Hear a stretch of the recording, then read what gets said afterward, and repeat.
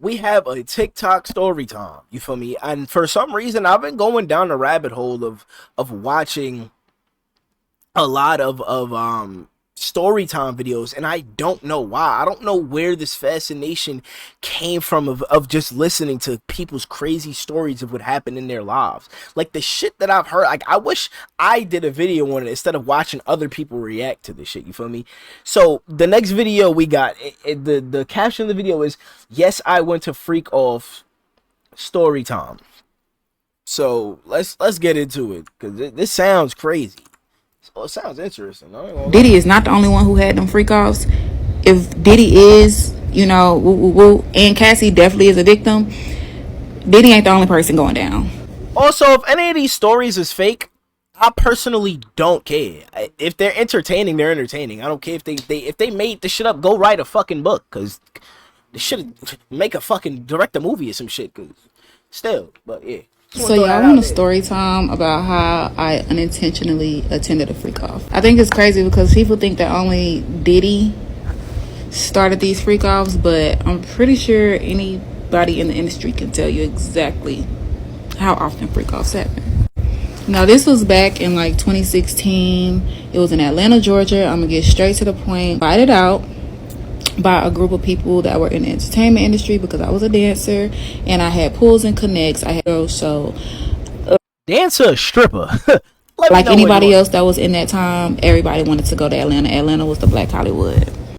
So I go to this restaurant, nice ass restaurant. I made the comment that I was cold, and these people literally brought me a personal heater.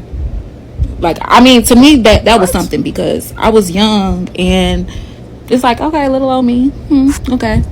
So fast forward that night, it was three men, and this is at the hotel. It was three men. I was family with one of them.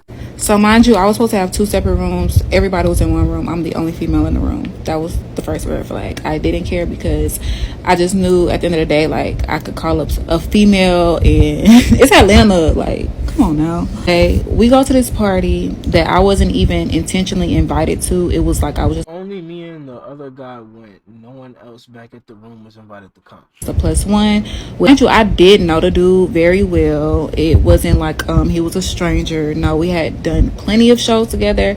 With I don't want to name drop, but like I am just to show credentials. It was Jessica, Dom, Melissa, Stevie. We had to work with a couple people. Okay, at the time, Love and Hip Hop was just starting out. So later on that night, it was a party and it was a masquerade party. Did not know too much about masquerade parties. I just knew that it was this big mansion masquerade party and everybody had to wear masks. So walking in, everybody had the type of mask that you wear to your face. If you didn't have one or brought one, they had them like at the table as soon as you walk through the door. Mind you, you did have to have a code, like a secret word to get in. And once you get in, it was literally just like a regular mansion ballroom type of thing. So this is where it get crazy, right? So my homeboy or whoever you want to call him, he's an older dude. I'm younger. You probably would have thought the nigga was my sugar daddy, but if you know, you know. And for the people in the SIP, if you know the only man that I was hanging around and now he's locked up, you do the math. And no, it's not Diddy. Be for real.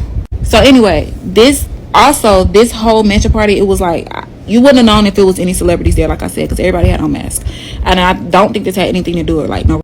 So the guy that I'm cool with, he wanders off and he leaves me because there was like this back room. It had a red rope and it was security standing there. And if you did not know anybody, like you had to know somebody to get in this back section. Okay, that's like alcohol, but y'all, the alcohol was not the same type of alcohol that I drink now, and I was not a drinker until I started dancing. So What? First of all, when did you start dancing? Second of all, why did dancing make you start drinking? Because drinking make you lose energy and shit. So was you drinking while you was dancing, or was you just dancing drinking? Because like I don't know. And what the fuck was they spiking your alcohol with, girl? it really makes me think now how much I honestly did not remember. Like, I don't know, minutes. He comes back. He says immediately, y'all, we gotta go. Y'all, when I tell you, when we get back to the room, this man act like he had seen a fucking ghost. And he literally told me, I'm trying to get straight to the point as possible. There were Asian kids. What? What?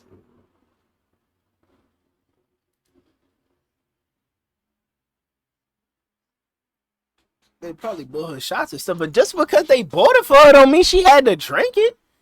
But hold on, I'm gonna need to This run that man act back. like he had seen a fucking ghost. And he literally told me, I'm trying to get straight to the point as possible. There were Asian kids that were performing actual acts on Caucasian men. There were Vietnamese or Asian That's why in the beginning of the video I said dancer a stripper. Cause if she a stripper, then I guess I get it. I understand. kids, again, serving Uggs on trays, dancing on top of tables, basically entertaining these men. And it was different rooms. It was room after room after room with this going on.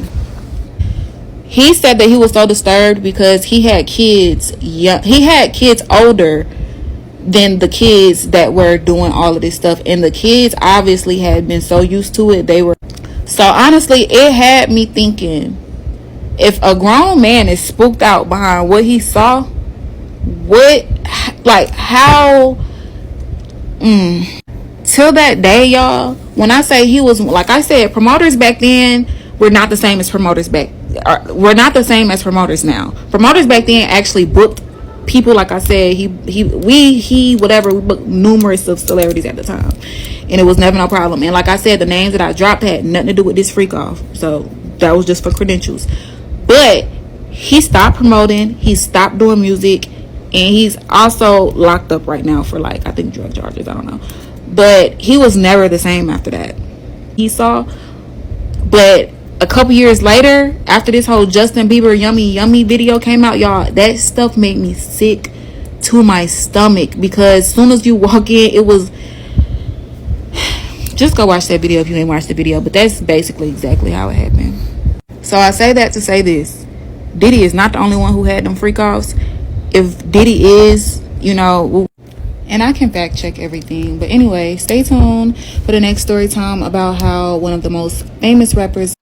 I'm not gonna lie, low key, this story time is low key ass, cause she basically was talking about somebody else's experience because she didn't really go through nothing. She just saw somebody's reaction to what they went through. This shit was kind of ass. But if y'all enjoy the story time videos, y'all let me know down in the comments. If y'all want more, I'll continue to find more story time videos. And I genuinely enjoy watching them, so I don't mind. I might even just start doing them regardless if y'all want them or not. You know what I'm saying? Somebody gonna like it. If it ain't you, it's gonna be the person next to you. If it ain't that person, it's gonna be the person behind you. And if it ain't the person behind you, it might be the person in front of you. And if there's nobody in front of you, to the left of you, to the right of you, I ain't gonna lie, I have no idea how to say your name, but I'm gonna just call you Q. What's good, Q? What up, gangy? But yeah, I'm gonna catch y'all next video, man. It's your boy Straight. We out there.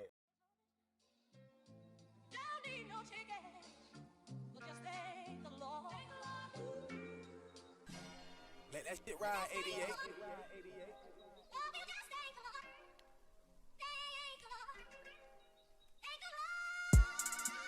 It's that trench music. Can't feel my pain unless you've been through it. They be rapping about shit that I've been doing. Rest in peace to my brothers I've been losing. Trying to put in the cup, but I'm still using.